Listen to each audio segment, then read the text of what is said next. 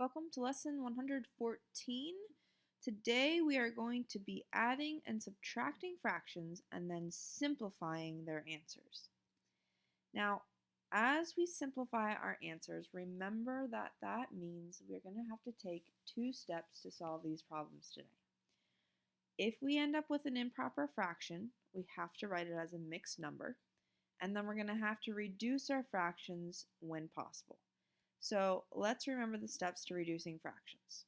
First of all, we always check to see if the top number fits into the bottom number, like here 3 fits into 12. So we can reduce by dividing by 3, and we end up dividing by 3 over 3, and we get 1/4. Now, when we cannot fit the top into the bottom, we have to check all the smaller numbers and find one that does fit. And in this case, it's 3 again, and 9 divided by 3 is 3, and 12 divided by 3 is 4. Remember that if the top and bottom are even, they will always reduce, no matter what. If the top and bottom are odd, it doesn't necessarily mean they won't reduce, it just means it might be a little bit trickier. Some of them won't, and some of them will. So if we practice a few before we get started today, let's try 10 over 40. So number 1, if you have a fraction with 2 zeros on the end, you can just cross out the zeros. And we don't even have to divide anything. Our new fraction is 1/4. When you have a 0 on the top and a 0 on the bottom, just cross them out and get your new fraction. Now for 8 over 24, 8 does fit into 24 perfectly. So for this one, we get to divide by 8. And 8 divided by 8 is 1, and 24 divided by 8 is 3. Now down here we've got 12 over 28. 12 does not fit into 28 perfectly. So let's try 9. No. 8, no. 7 fits into 28, but not 12. 6 fits into 12, but not 28. 5, no. 4, yes, 4 fits into 12, and 4 fits into 28, so we can divide by 4 over 4. 12 divided by 4 is 3, and 28 divided by 4 is 7. Now for 20 over 24, we're going to start by trying 20 fits into 24. No, it doesn't fit in perfectly. So let's try 9. Nope. 8 fits into 24, but not 20. 7, nope. 6, again, fits into 24, but not 20. 5 fits into 20, but not 24. 4 actually does fit into both of them. 4 fits into 25 times, and 4 fits into 24 6 times. So we get 5/6. So remember, when you're trying to find how to reduce a fraction, check, does the top fit into the bottom? If it does, divide by that. If it doesn't, just work your way down until you find a number that fits into both perfectly. Now, let's say we want to take this a step further, and we're going to add or subtract some fractions and then reduce. So let's take this problem. At a bake sale, 4/12 of a cherry pie and 8/12 of an apple pie are sold. What's the total amount of pie sold? So total means add. So we're going to do 4/12 plus 8/12. Now remember, for fractions, when we're adding, we leave the bottom the same. So this stays as 12, but we add our top. 4 plus 8 is also 12. Now, when we look at this fraction, we see that it's an improper fraction. 12 over 12 is the same as saying 1 whole. Marie was going to bake a lemon meringue pie. The depth of a pie pan she used is 1/6 centimeter deep. After baking, the crust rose a 1/6 centimeter. So how deep is the pie? Well, we're going to add 1/6 plus 1/6 equals 2/6.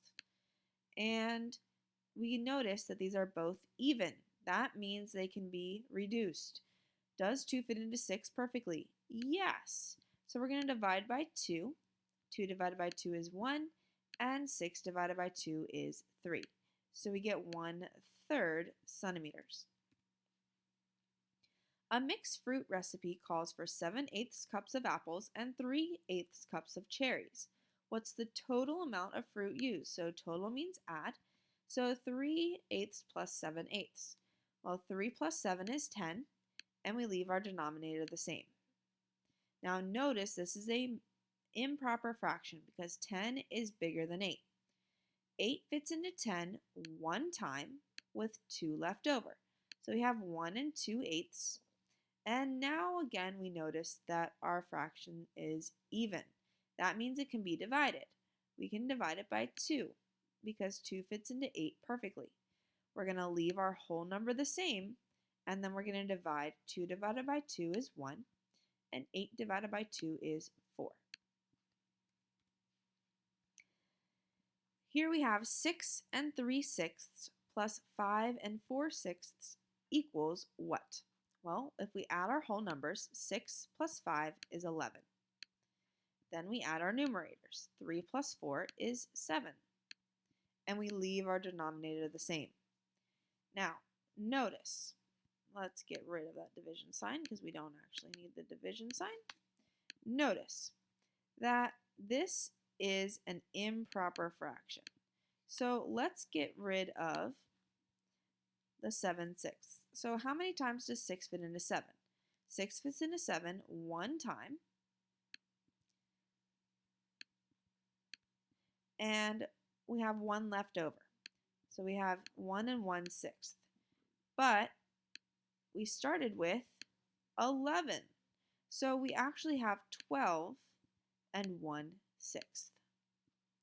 This cannot be reduced because we already have a 1 in the top. Next, we've got 16 and 4/5 plus 2 and 4/5. Well, 16 plus 2 is 18. 4 plus 4 is 8, and we keep the denominator the same. This is an improper fraction, so we need to simplify. 5 fits into 8 one time, and we already have 18, so we're going to turn that into 19. We have 8 minus 5 is 3. We have 3 left over, and we keep our denominator the same. 3 and 2/6 plus 3 and 2/6 equals 5 and 4/6. Now, we always need to check. Can this be reduced? Let's look at the top and bottom number. They're both even, which means they can be reduced. 4 does not fit into 6 perfectly, but 3 doesn't fit into 4 perfectly. 2 fits into both of them, so we're going to divide this by 2 over 2. We're going to leave our whole number the same, and 4 divided by 2 is 2, and 6 divided by 2 is 3. So our final answer is 5 and 2/3. 1 and 5/8 plus 2 and 7/8. 1 plus 2 is 3. 5 plus 7 is 12. And we keep our denominator the same. Next, we need to simplify because 12/8 is improper. 8 fits into 12 one time, and we already have 3, so that makes 4. 8 fits into 12 one time with 4 left over because 12 minus 8 is 4. So we put our 4 on the top and we keep our 8 the same. Now we notice that these are again both even, which automatically means they can be reduced. So what can we divide by? Well, does 4 fit into 8 perfectly? Yes. So we can divide this by 4 over 4. That means that our final answer is 4, and 4 divided by 4 is 1. 8 divided by 4 is 2. And we end up with 4 and 1/2. How about 5/6 minus 1/6? 5 minus 1 is 4, and we leave our denominator the same. These are both even numbers. That means they can be reduced. 4 does not fit into 6 perfectly. 3 does not fit into 4, but 2 fits into both. So we can divide by 2 over 2. 4 divided by 2 is 2, and 6 divided by 2 is 3. 7 and 7/8 minus 1 and 1/8. 7 minus 1 is 6, and 7 minus 1 is, shocker, 6. And we keep our denominator the same. Now, these are both even numbers, which automatically means they can be reduced. But what can they be reduced by? 6 does not fit into 8 perfectly, so we can't divide by 6. 5 doesn't fit into them. 4 doesn't fit into 6, it only fits into 8. 3 only fits into 6 and not 8, but 2 fits into both of them perfectly because it's even. Now, we keep our whole number the same in front, 6. 6 divided by 2 is 3, and 8 divided by 2 is 4. 4 3/4 minus 2 1/4. 4 minus 2 is 2. 3 minus 1 is 2. And we keep our denominator the same. Now, this is again an even number, so we know we can reduce. 2 does fit into 2 perfectly, so we're going to divide by 2 over 2. And that's going to leave us with 2, and 2 divided by 2 is 1. 4 divided by 2 is 2. And that is how we add and subtract fractions and then simplify their answers. So the most important thing to remember from this lesson is that after you add or subtract your fractions, you always have to check, can they be simplified? That means, do I need to fix my improper fractions, and can I reduce these digits?